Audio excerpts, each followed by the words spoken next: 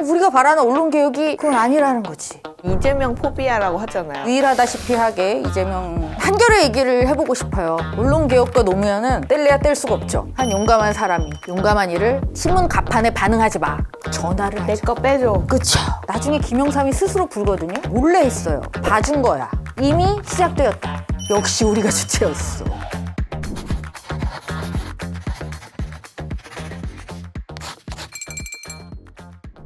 정치, 역사, 법치, 언론 등 윤석열이 망쳐놓은 대한민국의 모든 분야를 제자리로 돌려놓는 시간. 오늘 제자리로의 언론방송 시간에서는 윤석열 정부 방송언론 탄압의 실제 당사자분을 모셨습니다. TV조선의 종편 재승인 점수를 고의로 감점했다라는 의혹을 감사원이 제기하며 검찰 조사가 시작됐고요. 여전히 출국 금지의 재판을 받으러 다니고 계시는 분입니다. 언론학 박사이자 방송정책, 저널리즘 전문가로서 언론방송 개혁을 위해 회초리를 들고 계시는 정미정 선생님을 모시겠습니다. 언론개혁 1타 강사로 초청받은 정미정입니다. 반갑습니다. 멋있어요. 엊그제 재판 받고 오셨다고. 네. 제가 지금 1심 재판이 진행되고 있습니다. 아직도 1심인가요? 네, 1심이고 재판이 시작돼서 지금 2년 정도 하고 있는데요. 아직 3년 정도를 더 해도 1심이 끝날지 말지 잘 모르겠습니다. 그 윤석열의 잔재가 지금 많은 그쵸. 이들한테 지속되고 있네요. 제 삶은 하나도 지금 변한 게 없고 앞으로도 이 재판이 언제까지 지속될지 잘 모르겠습니다. 오늘 그래서 윤석열의 뒷수습도 해야 되지만 먼저 복귀를 해봐야 될 텐데 3년 동안의 언론방송 폭거를 요약을 해서 정리를 해놨습니다. 와, 이걸 언제 다 정리를 하셨어요? 이게 진짜 줄이느라 힘들었습니다. 그렇죠. 날마다 사고 쳤다고 생각하면 그쵸. 모자라죠, 지금. 이게 2년 반입니다. 놀랍게도. 정말 대략적인 흐름을 중심으로 한번 살펴볼게요. 언론 미디어를 장악하기 위해서는 가장 1번으로 해야 될 일이 있었어요. 그게 당시 문재인 정부에서 임명되었던 한상혁 방송통신위원장을 해임시키는 거였죠. 네. 그러니까 모든 출발은 거기서부터 시작을 합니다. 이제 중요한 건 이 한상혁 방통위원장을 해임시키기 위해서는 이유가 필요했어요. 근데 이유가 없었죠. 뭘 잘못한 게 없었으니까.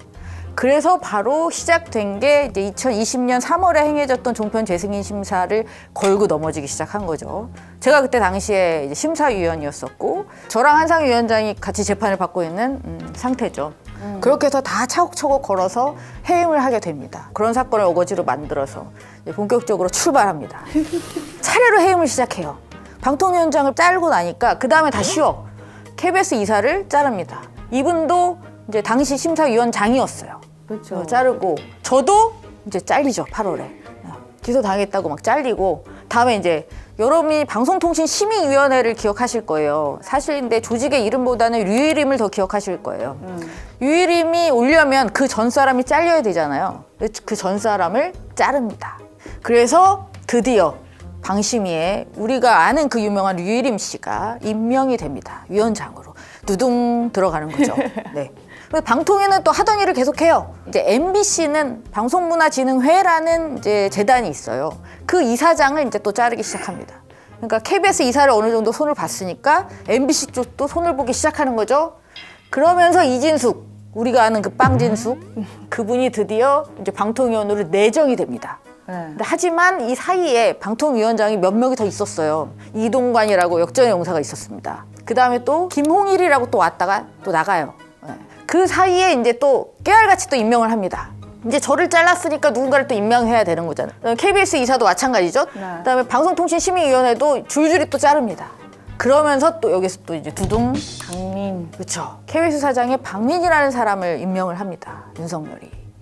근데 이거 되게 이례적인 거예요. 왜냐하면 여러분들은 어차피 박민을 모르지만 중요한 건 우리도 몰랐다는 거죠. 왜냐하면 KBS 사장 정도가 될 사람은 다 알거든요. 그렇죠. 방송가에서는 최대한 아는데 박민은 아무도 몰랐어. 이 사람 알아? 아무도 몰라. 누구야? 문화일보? 문화일보 뭐? 몰라? 이렇게 되는 사람이 두둥 온 거죠. 와, 정말 충격을 받았어요. 이렇게도 간다고 말이야? 응? 윤의 친구라는 소문이 파다할 뿐 이 사람이 누군지는 거의 잘 모르는 상황이었죠. 그다음에 이제 방통위원장이 이동관의 김홍일에 막 이렇게 날아가면서 이진숙이 드디어 임명이 됩니다. 그리고 앞에 두 사람은 거의 일을 못했다면 이제 이준숙은 본격적으로 시작하게 되죠. 그러면서 이제 KBS 이사 박문진 이사들을 선임하게 됩니다. 당일에. 그렇죠. 여기가 이제 그 KBS 사장을 바꿀 수 있는. 그다음에 여기는 이제 MBC를 바꿀 수 있는 거니까. 그리고 이제 임기가 얼마 안 남았기 때문에 이제 박민에서 그 다음 사장으로 가는 건데 사실 박민은 기대했죠. 왜냐하면 보궐로 짧은 때 들어왔으니까 연임을 하겠지. 그렇잖아. 당연히 기대를 했겠지. 근데 갑자기 짜잔 하고 또 박장범이 된 거야. 이 모든 건 다 충격의 도가니였어요. 그러니까 다 나쁘니까 뭐가 더 낫다고는 할 수 없지만 와 이렇게까지 마음대로 한다고? 이런 건 정말 충격이었던 거지. 갑자기 박장범은 또 웬 말이야? 했더니 그 쬐만한 파우치 얘기했다고 이제 해준 거예요. 왜냐면 이유가 그거밖에 없거든. 그러니까요. 지금 현재 KBS 사장은 박장범이죠. 그리고 방송통신심의위원회 위원장은 류희림이죠. 근데 사표를 던지고 아직 수리가 안 돼서 대행체제로 들어가 있고요. 그다음에 방통위는 이진숙이 계속 위원장을 하고 있고 KBS는 사장을 이렇게 바꿨고 MBC는 못 바꿨죠. 네. 왜냐하면 MBC는 그 이사장을 날리는데 실패했어요. 근데 이것도 참 공교로운 게 KBS 이사장도 남영진 이사장도 자르고 박문진 이사장도 권태서 이사장도 자르는 걸 거의 동시에 결정을 하거든요. 근데 KBS는 가처분해서 졌어요. 근데 박문진은 이긴 거예요. 그래서 MBC 사장은 못 바꿨어요. KBS 사장은 바꿨죠. 근데 작년 말에 이 본안 심판이 나왔어요. 재판 결과가. 둘 다 위법하다. 해임. 근데 이미 상황은 끝난 거죠. 그러니까요. 그러니까 남영진 이사장, KBS 이사장을 당시에 해임한 것이 부당했다라고 판결은 나왔지만 지금 뭐 어떻게 할 수가 없죠. 이미 임기도 다 끝났고 새롭게 또 판이 만들어지고 막 이렇게 되었으니까. 그러니까 이거는 재판으로 가서 이긴다고 해도 실효성이 좀 없어요. 그런 부분들이 좀 있습니다. 그리고 정리를 잘 해놓으셨네요. 그러니까 인사가 있고 이제 손대기와 법적 탄압을 또 정리를 해놓으셨는데 방송국은 일단 TBS는 거의 붕괴 수준으로 갔죠. 이 부분만 따로 떼서 얘기하기에도 굉장히 시간이 모자라서 사실 굉장히 심각한 문제가 발생을 했죠. 그리고 여기 오타가 있네요. 뭐죠? KBS 수신료 분리징수 제한. 수신료 분리징수 제한은 맞죠. 이제는 이제 다시 회복이 됐어요. 법을 바꿔서. KBS 수신료가 아닙니다. 텔레비전 수신료입니다. 네. 네. 2,500원 걷어서 70원 EBS 주고 나머지는 다 가져가니까 물론 한전의 수수료 떼면 다 가져가니까 보통 KBS 수신료라고는 하는데 원래는 이제 텔레비전 수신료가 법에 명시되어 있는 용어입니다. 뭐 많이 중요하진 않지만 제가 또 EBS 이사에서 잘렸다 보니까 굉장히 예민합니다. 전문가죠. 네, 그렇죠? 네. 예민합니다. 네. 텔레비전 수신료입니다. 정말 대단하죠. 그렇게 하면서 YTN을 팔아치우죠. 또 이미 팔아치운 YTN을 다시 어떻게 복원시킬 것인가도 사실 다음 정부 들어서는 되게 심각한 문제가 될 수 있을 거예요. 그리고 막 하죠. 프로그램들 막 폐지하고 유튜버 들어가고 정말 뭐 이루다 말할 수 없는 만신창이가 되어버리죠. 근데 이 모든 과정에 이 법적 탄압이 동시에 진행이 돼요. 왜냐하면 이렇게 해야 이게 원활하게 되거든. 인사를 바꿔야 또 미디어에 대한 지배력이 강화가 되거든. 그래서 사실 이 세 개는 동시에 이루어졌다고 보시면 돼요. 그래서 법적 탄압은 여러분도 잘 아시겠지만 일단 감사원이 중요한 역할을 했죠. 대통령을 보좌하겠다라고 밝히고 심지어 부끄러운 줄도 모르고 밝힌 뒤에 모든 방송사, 공영방송을 중심으로 그다음 방통위를 다 대대적으로 감사를 합니다.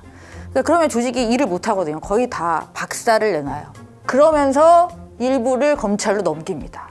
그럼 수사가 이제 시작이 되게 되고 그러면서 방통위를 싹 쓸어가고요. 구속 기소되고 일부는 불구속 기소되고 이런 일이 벌어지면서 결국 아까 말씀드렸던 한상혁 위원장 면직까지 되는 거죠. 그래서 이거는 이제 아주 밀접하게 연관이 되어 있습니다. 그리고 이거 말고도 수많은 언론사 기자들에 대한 압수수색이 시행이 됐어요. 사실 유례 없는 일이죠. 이렇게 대놓고 기자들을 압수수색하고 물리적으로 직접적인 이렇게 압박을 한 거는 정말 군사정권 시대에나 있음법칙한 일이라고 볼 수 있을 것 같아요. 그리고 통신정보조회가 굉장히 광범위하게 일어났다는 것도 되게 심각한 일이죠. 네, 이것도 되게 중요하죠. 여러분들이 우리 모두가 사실 유일임을 기억하는 이유는 저것 때문이잖아요. 과도한 심의. 뉴스타파는 사실 인터넷 언론이기 때문에 방심위는 심의를 할 수가 없어요. 권한이 없어요. 근데 하겠다고 이제 하다가 꺾였죠, 결국은. 그리고 나머지 방송사들, 특히 MBC를 중심으로 과징금, 관계자 징계 이런 것들이 계속 나오게 됐습니다. 결국 법원 가서 다 졌어요. 그리고 여기서 중요한 게 이제 바이든 날리면 사건인데요. 사실 이게 굉장히 충격적인 사건이에요. 그렇죠? 대통령이 승인 안 해주고 나중에 쪽팔려서 MBC는 보도했다는 것 때문에 과징금 제재까지 받았어요. 그리고 이제 충격적인 건 이걸 외교부에서 MBC에 소송을 제기했어요. 근데 재판부가 외교부 손을 들어줍니다. MBC한테 정정 보도를 하라고 해요. 그러니까 이게 이 판사도 이름을 찾아봐야 돼요. 찾아봐서 기억해야 됩니다. 정말. 왜냐하면 그러면 본인이 당사자가 얘기하면 되잖아. 내가 뭐라고 얘기했는지를. 그 얘기를 안 해요. 끝까지. 그래서 재판부가 결정한 거 이거야. 무슨 소리인지 모르겠다예요. 결론이. 모르는데 정정 보도를 하라고 판결이 난 거예요. 말이 안 되는 일이 벌어진 거죠. 그리고 지금 항소심이 진행되고 있습니다. 근데 그 사이에 일단 선거가 치러지면 또 상황이 어떻게 바뀔지는 잘 모르겠습니다. 일단 굉장히 많은 사건이 있었고 이것을 좀 간단하게 정리를 해보도록 하겠습니다.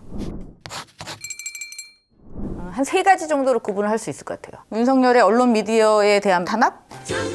근데 방통위랑 방문진이랑 방심위 이게 단어부터 너무 헷갈려서 잠깐 제가 정리를 하고 가자면 방통위는 대통령 직속의 합의제 행정기관이고요. 그래서 부처 장관들 회의하는 걸 보면 이진숙 방통위원장이 앉아있죠.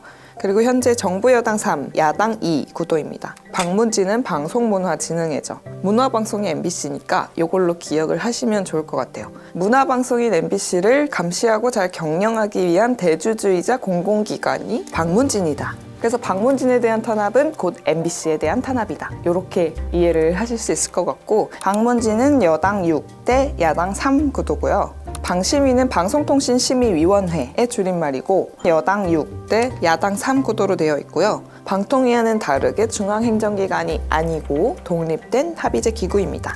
그래서 방통위, 방문진, 방심위 이렇게 구분을 짓고 마저 설명을 해주시죠. 그러면 일단은 방통위가 있죠. 한상혁을 잘라내면서 모든 것은 시작됩니다. 그러니까 방통위의 재편, 장악 이걸 통해서 결국은 공영방송이사회를 손을 대는 겁니다. KBS, MBC, EBS 그렇게 해서 하려고 했던 결국은 공영방송 사장을 바꾸는 거죠. 사장 교체. 자, 2번째로 나눌 수 있는 건 방심입니다. 유일임. 방송통신심의위원회가 방송의 내용 규제, 내용 심의를 담당하는 곳이에요. 유일임 씨가 이제 위원장으로 오면서 심의가 굉장히 격화되게 됩니다. 바이든 날리면을 필두로 해서 무슨 말만 하면 다 걸었죠. 예를 들어서 뭐 미세먼지 1, 뭐 하면 파란색의 1번이었다는 이유를 걸고 뭐 이런 식으로 해서 엄청난 심의로 이제 압박을 하게 되는 거죠. MBC만 죽인다고 MBC만 압박을 받는 게 아니잖아요. 전반적인 보도가 위축이 될 수밖에 없거든요. 그렇잖아요. 하나를 계속 조지면 옆에 있던 애들은 다 쫄죠. 당연히. 그래서 보도가 위축이 될 수밖에 없는 그런 환경을 조성했다. 그 다음에 이제 3번째는 바로 법적인 탄압입니다.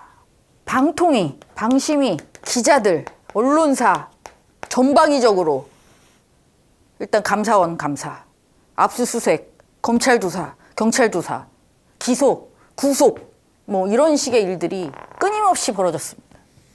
이것들이 다 동시에 일어난 거죠. 역대급이죠? 그 역대급이죠. 이게 가능할 거라고 생각한 사람들은 별로 없었어요. 저의 사례를 비춰서 말씀을 드리면 제가 심사를 갔다가 이제 돌아왔잖아요. 아무 일도 없었어요. 근데 감사원이 자꾸 부른다, 조사를 한다라는 소문이 돌 때 제가 그때 변호사들한테 물어봤어요. 그랬더니 아무리 검찰이 정치검찰이라고 하더라도 그거는 일단 법적으로 말이 안 되기 때문에 그런 일은 못 벌인다. 그러더니 바로 어느 날 아침에 압수수색 검사가 팀을 짜가지고 왔더라고, 집 앞으로. 집에? 그때, 네. 그래서 제가 그때 그 변호사한테 전화했다니까. 지금 압수수색 왔는데, 안 한다며요? 그랬었죠. 그리고 정의를 하면 이렇게 세 가지 정도로 정리할 수 있고요. 그래서 요것을 기본으로 해서 이후 대안도 이야기할 수 있을 것 같습니다. 그러면은 방통위를 정치적으로 장악하지 않고 독립하기 위한 공약도 이재명 대표 공약집에서는 보이고 있는데 그러면 대선 후보들은 어떤 방향성을 가지고 있는지 그게 어렵겠어요. 사실 대선 후보 공약을 이야기해야 되잖아요. 그러니까 집에 공보물이 갔을 텐데 이제 보셨어요? 봤어요. 그렇죠. 공약이랄 게 별로 없어요. 저도 이렇게 얇은 공보물은 처음 봤고 대선 후보 중에서는 거의 유일하다시피 하게 이재명 후보가 미디어 관련한 공약은 제시하고 있다. 이번 정부에서 문제가 있었던 영역에 대한 어떤 바람직한 개선 방향. 근데 김문수, 이준석, 권영국은 언론방송 관련한 공약이 아예 없는 거잖아요. 네네. 언론 미디어 영역에 대해서 구체적인 공약을 제시한 바는 일단 없다. 아예 그 정도로. 없다. 네, 아예 충격. 없다. 공약은 이제 아무래도 추상적이니까 사람들이 제출하고 있는 대안들을 중심으로 해서 잠깐 짚고 넘어가도록 하겠습니다. 하지만 구체적인 개선 방안에 대해서는 아직 이견이 상당히 존재하고 있는 것은 맞습니다. 이 이견이 재밌어요, 박사님, 선생님. 아, 네. 자, 그럼 오늘의 메인이죠. 문제들을 어떻게 개선할 수가 있느냐에 대한 본격적인 이야기를 들어가 보도록 하겠습니다. 일단 아까 세 가지로 말했으니까 그대로 받아서 한번 얘기를 해볼게요. 일단 방통위. 최근에 이재명 후보는 아예 언급한 적이 있어요. 방송통신위원장은 국회의 동의를 얻도록 하겠다. 그래서 방송통신위원회라는 이 조직이 어떻게 바뀌어야 할까에 대해서는 근데 사실 의견이 굉장히 많습니다. 이게 지금은 이제 5명의 위원으로 구성되어 있는 합의제 행정기구거든요. 네. 그러면 합의제 행정기구로 그대로 갈 것이냐 아니면 독임제 부처로 갈 것이냐 두 가지 가능성은 다 있습니다. 그럼 뭐가 이제 정답이 있느냐?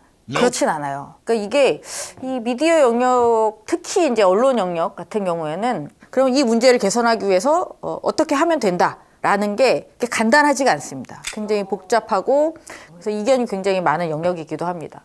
그래서 이제 방통위를 확대 강화를 시키는 방향도 얘기가 되고 있어요. 위원 구성에 변화를 주자는 얘기도 있고 이제 독임제로 간다면 이제 부처가 되는 거죠. 장관 체제가 돼서 예를 들면 문화체육관광부처럼 이렇게 되는 게 있고요. 두 번째는 과학기술정보통신부, 네. 그다음에 문화체육관광부, 방통위 이 세 개의 조직에 다 찢어져 있습니다. 방송, 미디어, 언론 관련된 정책을 담당하는 게 다 쪼개져 있어요. 그래서 이것을 이제는 합쳐야 되지 않겠느냐라는 것은 공통적인 문제의식으로 지금 나오고 있는 것이죠. 그래서 앞으로 어떻게 개선이 되던 간에 조직 개편은 일어날 수밖에 없다. 이어져서 얘기가 나오는 게 이제 공영방송 이사회 구성, 그다음에 사장 선임 문제. 그러니까 지금 방송법 개정안이 다 제출이 되어 있어요. 이사회를 지금처럼 여야 추천만으로 구성하는 것이 아니라 추천단체를 더 다각화해서 이사회를 더 늘리고 거기에서 사장 추천위원회를 다시 구성해서 사장을 뽑을 수 있는 방법. 그러니까 이번 정부에서 일어났던 것처럼 대통령이 자기 마음대로 뽑을 수 없게 만드는 어떤 제도적인 개선 방안이 계속 이야기가 되고 있습니다. 그다음에 두 번째는 이제 방심인데요. 방송통신심의위원회에 대한 거는 사실 안이 그렇게 많이 나와 있진 않아요. 민간 독립기구로 되어 있고 방송의 내용적인 부분들을 심의하는 기구이기 때문에 행정부처로 완전히 흡수하기가 어렵습니다. 그러니까 독립성이 더 이제 중요한 부처이죠. 근데 그러다 보니 공무원이 아니고 구성원들이 그러니까 이 위원회를 손댈 수 있는 방법이 없었던 거예요. 그래서 류일임을 자를 수가 없었던 거죠. 네. 물론 윤석열은 이유를 달아서 그 전에 정현주 위원장을 자를 수 있지만 그러네. 새로운 정부는 위원장을 자르기가 되게 힘들죠. 그래서 이제 이 위원장은 방통위 위원장과 같은 위상으로 이제 청문회를 하고 국회 동의를 얻고 이런 과정을 하는 것까지가 어느 정도 지금 얘기가 나온 수준입니다. 하지만 이제 제 생각에는 방송 심의를 계속 지금처럼 할 것이냐에 대한 논의가 반드시 필요하다고 생각해요.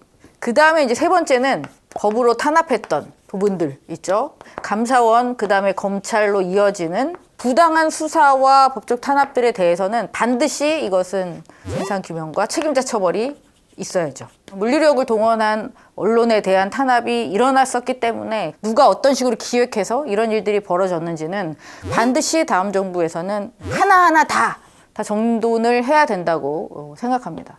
근데 이제 문제는 전 이제부터 사실 시작이에요. 지금 이거는 지금까지 얘기된 내용들이에요. 이렇게 바꾼다. 여러분들은 어떻게 생각하세요? 이렇게 돼서 방통위든 뭐 부처가 뭐가 바뀌고 막 공영방송도 지금 그 사장들 또 다 바뀌고 이사도 막 더 많아지고 이상한 심의를 못하게 하고 법적인 탄압은 왜 그랬는지를 다 밝혔어.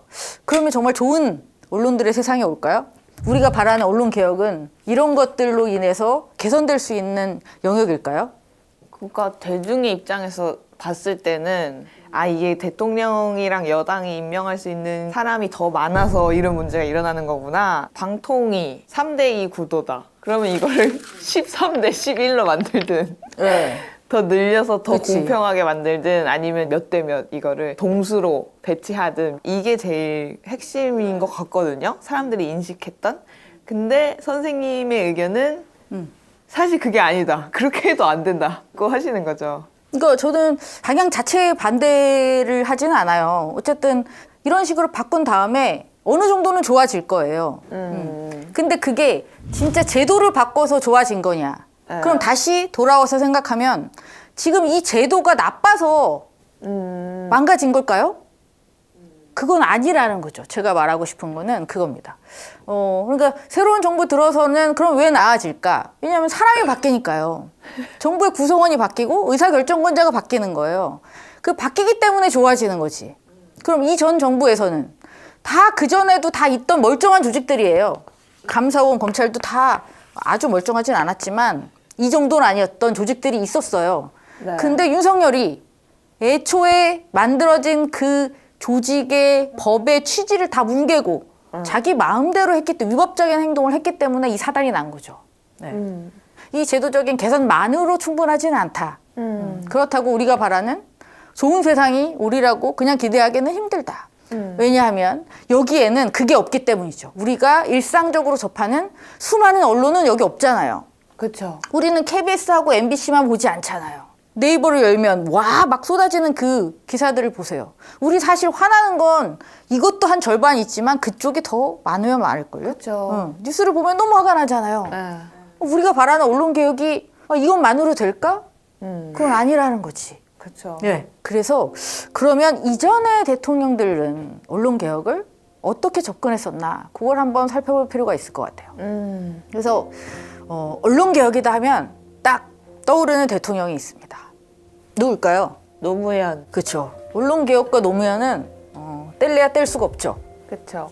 대단한 인물이었죠. 이분은 언론 개혁을 했어요. 이게 참 신기하다니까요. 자, 언론 개혁이라고 해봅시다. 언론 개혁. 언론 개혁은 누가 할 수 있을까요? 할 수 있을 것 같은데. 정부가 할 수 있을까요? 정부가 실제로 할 수 있는 건 별로 없어요. 왜냐하면 손을 대는 건 탄압이고 강압이고 불법적인 게 될 확률이 되게 높기 때문에 제도적으로 어느 정도 강제했던 것들이 다 풀렸거든요, 지금. 그래서 실제로 정부가 할 수 있는 개혁은 별로 없어요. 근데 노무현은 그걸 했다? 노무현 대통령이 하셨던 언론개혁 사례들을 짚어보면 네네. 신문법 개정, 신문 가판 폐지도 하셨고 출입처 폐지 주장하셨고 취재 지원 시스템 선진화 방안도 말씀을 하시면서 대통령 기자실을 개방해서 폐쇄성을 좀 없애려고 하셨고 심지어는 대통령 임기 중에 기자회견, 브리핑 횟수가 무려 150회에 달합니다. 그리고 신문고시를 만드셨었고 지역신문발전위원회를 또 만드셨었고 전자브리핑 시스템 도입 등 4년 동안의 제도 운영 실태를 점검하고 문제점을 보완하려고 하셨다. 그리고 참여정부에서 가장 보람 있는 정책이 무엇이냐라고 물으면 언론 정책, 언론 대응이라고 말할 것이다. 박사님 기억에 남으시는 노무현 대통령의 언론 개혁 어떤 게 있을까요? 그 중에 하나가 가장 대표적인 게 바로 그거예요. 신문 가판 폐지. 자, 노무현으로 인해서 신문 가판은 폐지가 되었어요. 물론 단 하나의 원인은 아니었지만 대통령의 의지가 굉장히 많이 반영이 되었다. 자, 그러면 신문 가판은 신문사가 마음대로 하는 거잖아. 사실 그게 무슨 제도가 아니에요. 정부에서 나 대통령인데 자 이거 없애야 되겠어 라고 해서 없앤 게 아니에요. 되게 신기한 일이죠.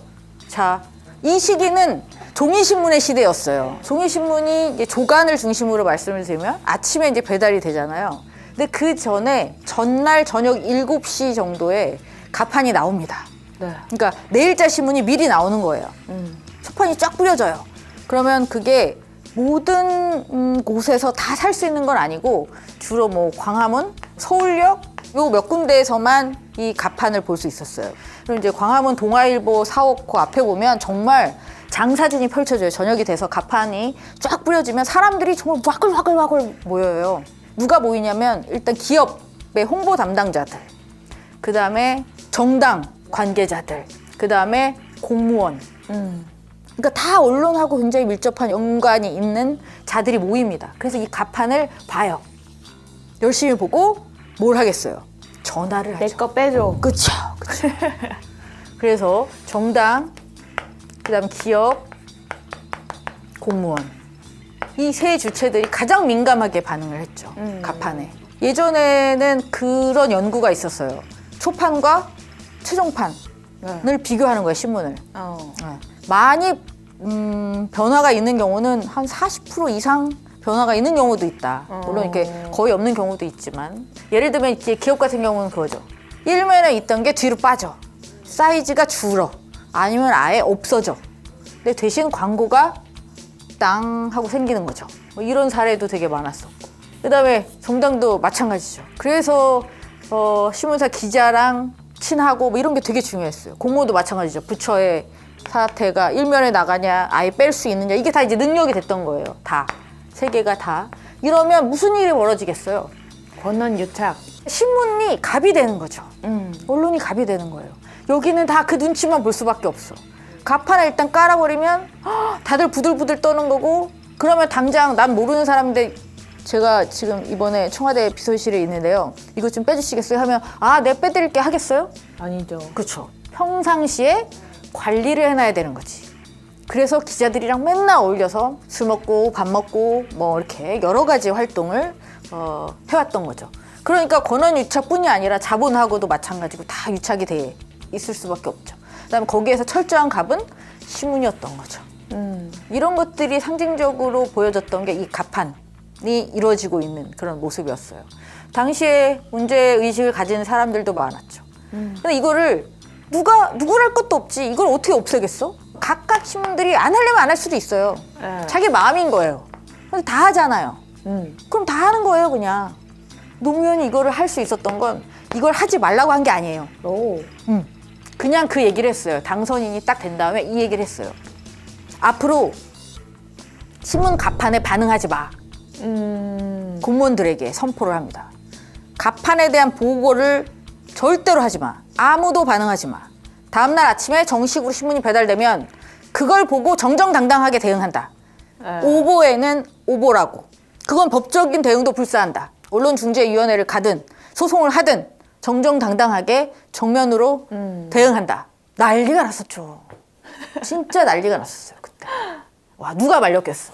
아무도 못 말렸어요, 노무현을. 그래, 폐지가 됐어. 신기하네요. 진짜 대단한 분이에요. 이거는 다 불가능하다고 생각했죠. 굉장히 많은 부분, 유착관계나 여러 가지 면이 정돈이 됐죠. 이런 건 언론개혁이라고 말할 수 있죠. 그렇죠. 네. 그리고 그거는 한 용감한 사람이 용감한 일을 했기 때문이죠. 저는 이 시대에도 성인으로 살고 있었는데도 이 가치를 지금처럼 알고 있지는 못했던 것 같아요. 지금 생각해보면 정말 불가능한 일을 했던 거죠. 네. 그리고 이것과 함께 또 하나가 있죠. 조선일보. 뗄래야 뗄 수 없는 조선일보와의 악연이 있습니다. 노무현이 당시 변호사를 할 때 그 조선일보 배달원 사건을 맡아요. 당시에는 이제 신문사마다 지국이 따로 있었고 배달원이 따로 있었어요. 근데 이제 배달원들이 이제 처우 문제나 여러 가지 어려움이 있어서 당시 인권 변호사였던 노무현을 찾아가고 도와달라고 하고 결국은 조선일보 지국과 배달원 사이에 이게 소송이 이루어집니다. 그래서 재판이 벌어지고 한 3년 정도까지 끌어요. 노무현 변호사가 이걸 맡은 거예요. 그리고 이겼어요, 배달원이. 그때부터 시작된 거예요. 그때부터네요. 80년대 그때부터 시작되고 여러분이 그건 기억하실 거예요. 호화 요트. 네. 외국 보도. 네. 이거를 주간조선이랑 조선일보가 정말 끈질기게 오랫동안 보도를 했어요. 그래서 노무현이 결국 소송을 걸었어요. 이겼어요. 2천만 원 위자료 판결이 났어요. 당시로는 어마어마한 거예요. 지금도 언론이랑 붙어가지고 2천만 원 안 나올걸요. 노무현은 됐다. 내가 이겼으니까 그 돈 안 받아도 되고 그리고 사과해. 뭐 사과했어. 뭐 우린 화해했어. 뭐 이렇게. 당연히 얘들은 멈추지 않았지. 멈추지 않았지. 그 뒤로도 계속됐지. 그리고 노무현 대통령은 대통령이 된 다음에 전면전을 선포했어요. 언론한테 고개를 숙이거나 아쉬운 소리 하거나 나 그렇게 하지 않을 거야. 너네 잘못한 건 무조건 문제 삼을 거야. 이 뒤로 퇴임한 다음에도 또 이것도 기억나실 거예요. 아방궁. 내려갔는데도 조용히 살지 못하게 했죠. 결국은 검찰과 언론이 힘을 합쳐 노무현을 죽였죠. 그쵸. 이 시민 작가가 언젠가 그런 얘기를 하더라고요. 노무현은 다 그렇게 뜯어 말리는데 언론이랑 정면으로 붙어서 싸우다가 졌고 그래서 죽은 거라고. 저는 그게 끝나지 않았다고 생각해요. 그 이후에도 계속 이어갈 것이라고 생각합니다. 그래서 어떻게 보면 노무현이 대통령이던 시절에 싸워왔던 것의 정신을 이어받은 것이 바로 언론중재법 개정안이라고 볼 수가 있어요. 그러니까 문재인 정부 때 이제 시도되었다가 실패됐죠. 언론중재법 개정안에 언론에 대한 징벌적인 손해배상제를 도입할 것에 대한 문제의식은 사실 어떻게 보면 노무현 때 시작되었다고 볼 수도 있는 것이죠. 지금도 사실 많은 언론사들이 여기에 관심을 많이 가지고 있죠. 이번 정부는 이것을 할 것이냐, 네. 뭐 이런 이야기들을 많이 합니다. 그건 있어요. 이렇게 노무현 대통령 전에 김대중 대통령이 있었잖아요. 이때 무시무시한 일이 있었죠. 사실 언론사 세무조사가 있었죠. 조선, 동아, 국민 세 개 신문사 사주가 구속됐습니다. 전후로 이런 일이 아마 없었을 거예요. 그때 징수된 세금이 5천억이 넘을 거예요. 이때 다수의 언론사랑 이 진영이 이제 척을 지게 되었다라고도 볼 수 있죠. 등을 완전히 돌리게 되는 계기가 되기도 했고, 이게 그러면 이전엔 없었냐? 나중에 김영삼이 스스로 불거든요. 사실 김영삼 대통령이 했어요. 근데 몰래 했어요. 아무도 모르게. 많은 비리가 발견이 됐어요. 그걸 봐준 거야. 근데 이제 김대중 대통령은 이제 그걸 대대적으로 이제 쫙 했던 거고, 사실 언론개혁을 떠오를 때 많은 분들이 이 얘기를 해요. 언론사 세무조사를 해야 되는 거 아니냐. 저도 일정 정도는 그걸 동의하거든요. 세무조사를 해야 된다. 하지만 언론사 세무조사가 언론개혁하고 어떤 관계가 있을까요? 이게 조건이 될 수가 있을까? 그렇지는 않을 것 같아요. 그쵸. 네. 왜냐하면 이거는 사실 상관이 없는 거예요. 근데 지금까지 그럼 안 받았잖아. 그게 문제지. 그게 특권이었죠. 네, 그게 특권이었던 거죠. 그래서 언론사 세무조사를 주장하는 것은 매우 설득력이 있고 일리가 있다. 근데 단지 왜 그러면 이걸 안 해왔을까? 정부가 권력이 가지고 있는 무기가 될 수 있기 때문이죠. 이거를 내세워서 너 말 안 들으면 세무조사한다? 그렇죠. 윤석열이 한다고 하면 그쵸. 위험해 보여요. 그렇죠. 그렇게 되는 거죠. 안 하면 특권을 인정해 주는 것이고, 하면 언론 탄압 막 이렇게 되는 거고. 근데 어떻게 보면 법치주의라는 것이 적용되는 나라에서 살아간다면 이것의 예외가 존재한다는 건 말이 안 되는 거죠. 그렇죠. 그런 부분에서 언론사 세무조사는 고민해 볼 만한 영역이라고 생각해요. 하지만 이제 언론사의 생각은 많이 다르겠죠. 그렇죠. 약간 이재명 포비아라고 하잖아요. 근데 그게 좀 언론사에도 있는 것 같다. 그래서 징벌적 손해배상제 할 거냐 이런 걸 자꾸 물어보는 이유도 그런 게 좀 있는 것 같아요. 자, 그래서 두 번째는 그 얘기를 할게요. 징벌적 손해배상제. 저도 이 답을 모르겠어요. 네. 아니, 답은 없어요. 왜 이렇게 다 답이 없어요? 답이 없어요. 언론 이쪽 영역은 특히 답이 없어요. 답도 없고 방법도 없고 멋진 모델도 별로 없어요. 그러니까 외국의 어떤 사례를 가져올 만한 이런 것도 별로 진짜요? 없어요. 네. 다 비슷하게 어려운 상황에 처해 있기도 하고, 미국을 보세요. 뭐 별로 이렇게 가져올 만한 것들이 없고. 자, 징벌적 손해배상제. 지난 정부에서 이야기가 됐었었죠. 근데 이게 논의될 때 이제 언론사들이 정말 언론학자들도 막 대거 들고 일어나서 막 난리가 났었습니다. 그러면서 대안으로 이야기됐던 게 혹시 기억이 나실지 모르겠지만 자율 규제의 강화였어요. 아니 사실 어떻게 보면 언론은 외부에서 어떤 힘으로 압박을 하는 것보다는 스스로 알아서 자율 규제를 하는 것이 가장 바람직해요. 그쵸. 저도 이 말 자체에 동의하지 않는 것은 아니에요. 근데 문제는 자율 규제가 이루어지느냐지. 그쵸. 네. 윤석열 정부 들어서 자율 규제가 어떻게 이루어졌는지를 보자고요. 그러면 자율 규제 중에 가장 대표적인 게 신문윤리위원회 같은 조직이에요. 인터넷 신문윤리위원회도 있어요. 여러분 스카이데일리 기억나시죠? 네. 중국 간첩 99명 막 말도 안 되는 얘기하고 주한미군에서 고문 보내고 미국에서 고문 보내서 아니라고 해도 막 우기고 막 이렇게 오보를 막 뿜어냈던 그 신문. 이 신문윤리위원회 이 조직에서 경고를 막 내렸어요. 이게 자율규제잖아요. 그러니까. 그랬더니 익십. 그렇다는 거지. 이게 문제예요. 그러니까 이게 어떤 규제, 제재는 타격을 줘야 돼요. 아, 이게 이렇게 당했어. 아, 이제 이런 거 하면 안 되겠구나. 근데, 그거 어떡할 의미가 없잖아. 자, 스스로가 생각할 때도 불안한 거죠, 언론사들이. 불안한 거지. 이게 뭐가 안 되는데? 이게 말 씨알도 안 먹힐 것 같은데, 이제? 어떡하지? 이제 이게 설득력이 더 높아졌잖아. 아는 거지. 그럼 어떻게 했으면 좋겠어요? 이건 어떻게 하면 될까요? 저는 일단은 도입은 해야 된다고 생각해요. 근데 여기서 제가 또 한 가지. 우리가 기대하는 건 그거죠. 그 나쁜 보도를 막 해. 그러면 징벌적 손해배상제 땅! 너 이거 벌금 1억 땅땅! 이렇게 할 수 있을 것 같고 이렇게 하려고 이걸 만들려는 거잖아요. 그쵸. 그렇게 안 돼요. 있어도 그게 안 돼요. 제가 사례를 말씀드릴게요. 지금 SKT가 큰 사고를 쳤죠. 네. 이게 결국은 개인정보법이랑 관련된 거잖아요. 개인정보보호법에 징벌적 손해배상제가 있어요. 조항이. 이거 도입될 때도 난리도 아니었었어요. 있는 것도 모르잖아.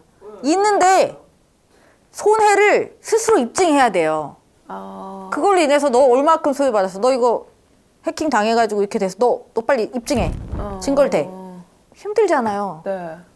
여기서 징벌적 손해배상제로 판결이 난 적이 없어요. 그러니까 이게 그냥 도입된다고 이렇게 되는 게 아니에요. 그러니까 다시 돌아와서 말씀드리면 이게 생긴다고 해서 우리가 생각하는 언론 개혁은 뭐 그런 거잖아요. 착해지진 않아도 무서워서라도 못하게 하는 뭐 이 정도의 효과는 노리는 건데 이게 적용이 된다고 우리가 기대하는 그것까지는 안 된다. 그래서 저는 일단은 도입돼야 된다고 생각하지만 이것은 정말 너무 나쁜 어떤 보도에 대해서 사용할 수 있을까 정도. 몽둥이가 되기는 어렵다. 어렵다. 몽둥이로 만들더라도 기준을 매우 높여놔야 된다. 그러니까 어차피 기준이 높아서 안 돼요. 근데 스카이데일리는 이번에 사주도 바뀌고 그래서 네. 사과를 하잖아요. 올컬 갑자기 사과를, 사람들이 바뀌어서. 네. 그러면 어떻게 해요?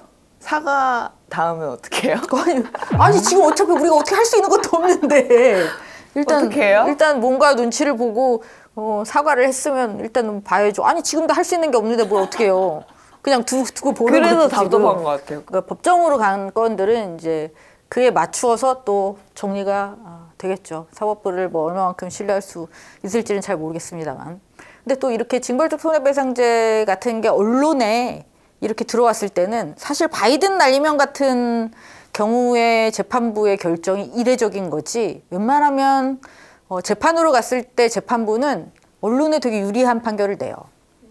기본적으로. 바이든 날리면 그럼 왜 그랬느냐? 그러게요. 그렇죠? 이상한 일이죠. 시대인지라. 그러니까 그런 것들을 다 보고 그렇게 하는 건지. 그리고 약간 좀 다른 얘기를 하자면 지금도 그 방송 심의가 있잖아요. 근데 윤석열 때도 그랬지만 그 전에도 TV조선, 채널A, MBN 이런 보도들이 많이 걸리지 않았어요. 걔네가 덜 나빠서? 아니죠. 덜 나쁠 리가. 심의에 걸리고 안 걸리고 정도는 피해 갈 수 있는 거예요, 이제. 여기서 다 프로거든. 이번 정부에서는 류일임이 작정을 하고 MBC를 조져야지 해서 그렇게 잡은 것뿐이지 웬만한 방송들은 이제 그 정도에는 걸리지 않아요. 네. 그러니까 우리가 나쁘다고 생각하는 게 심의 위반이냐 심의 규정 위반이냐는 다른 문제가 되는 거지. 방송도 심의로 잡을 수 없는데 심지어 인터넷상에 흐르는 그 수많은 뉴스들을 그에 대한 우리의 불만은 그러면 어떻게 해야 돼? 이거는 못해? 없어? 아무도 안 해? 스스로가 내가 저는 개몽되었습니다 하면 되는 거야? 답이 없네요. 그렇죠? 이게 아주 답답한데 근데 저는 이제 세 번째 이미 시작되었다. 사실 제가 얘기하고 싶은 건 이거예요. 이미 시작되었다. 어디서? 유튜브에서. 네. 자, 우리가 12월 3일 날 이 세상에서 도대체 무슨 일이 일어나고 있을까라는 궁금증이 있을 때 어디로 갔어요? 유튜브. 그렇죠. 거기가 우리의 언론이었던 거죠.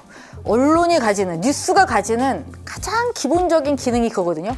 환경 감시 기능이에요. 그러니까 이 세상에서 무슨 일이 벌어지고 있는가를 알려주는 거죠. 그게 뉴스잖아요. 네. 그걸 우리가 어디에서 얻었는가? 결국 우리는 유튜브에서 얻었죠.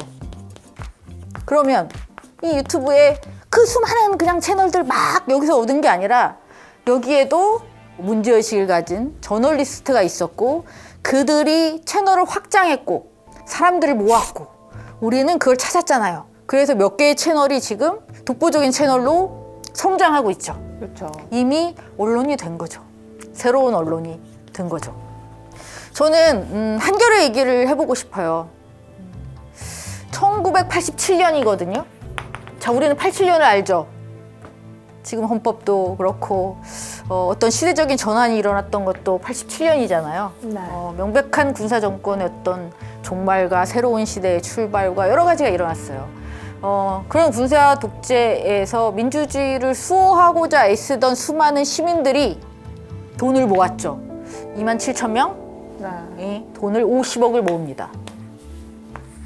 그래서 88년에 한겨레를 창간합니다. 네. 그게 우리의 대안이었어요. 시민들이 더 이상 못 살겠어. 이 꼴은 못 보겠어. 언론이 다 개판이야. 돈 모아. 우리가 언론사 하나 만들어. 그래서 27,000명이 돈을 모았어. 50억을 당시에 87년, 88년에 50억을 모아서 만든 게 한겨레예요. 그렇죠. 그리고 한겨레가 지금 이렇게 커온 거죠. 또 다른 시대의 변화가 온 거예요. 우리는 87년의 일을 이미 하고 있죠.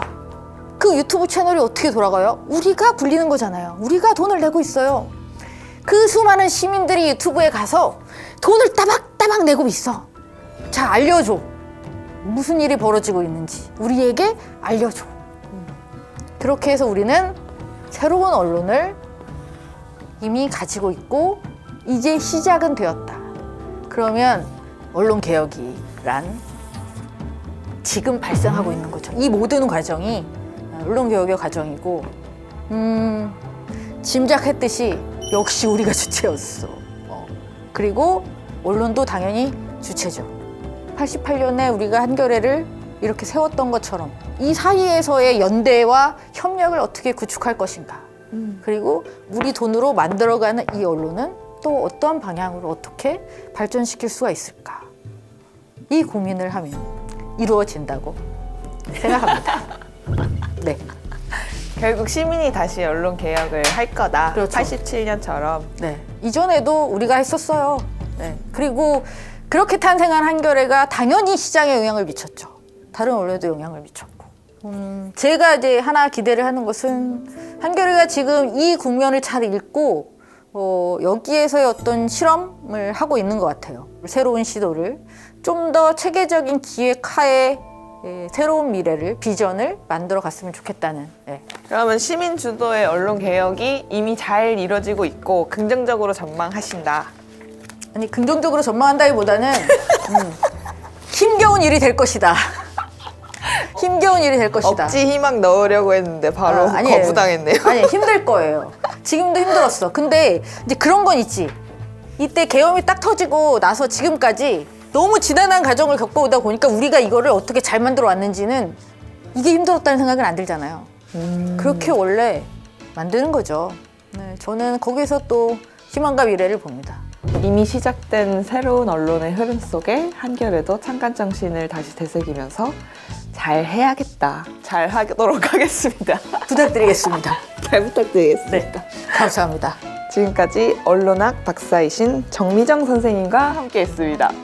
고맙습니다.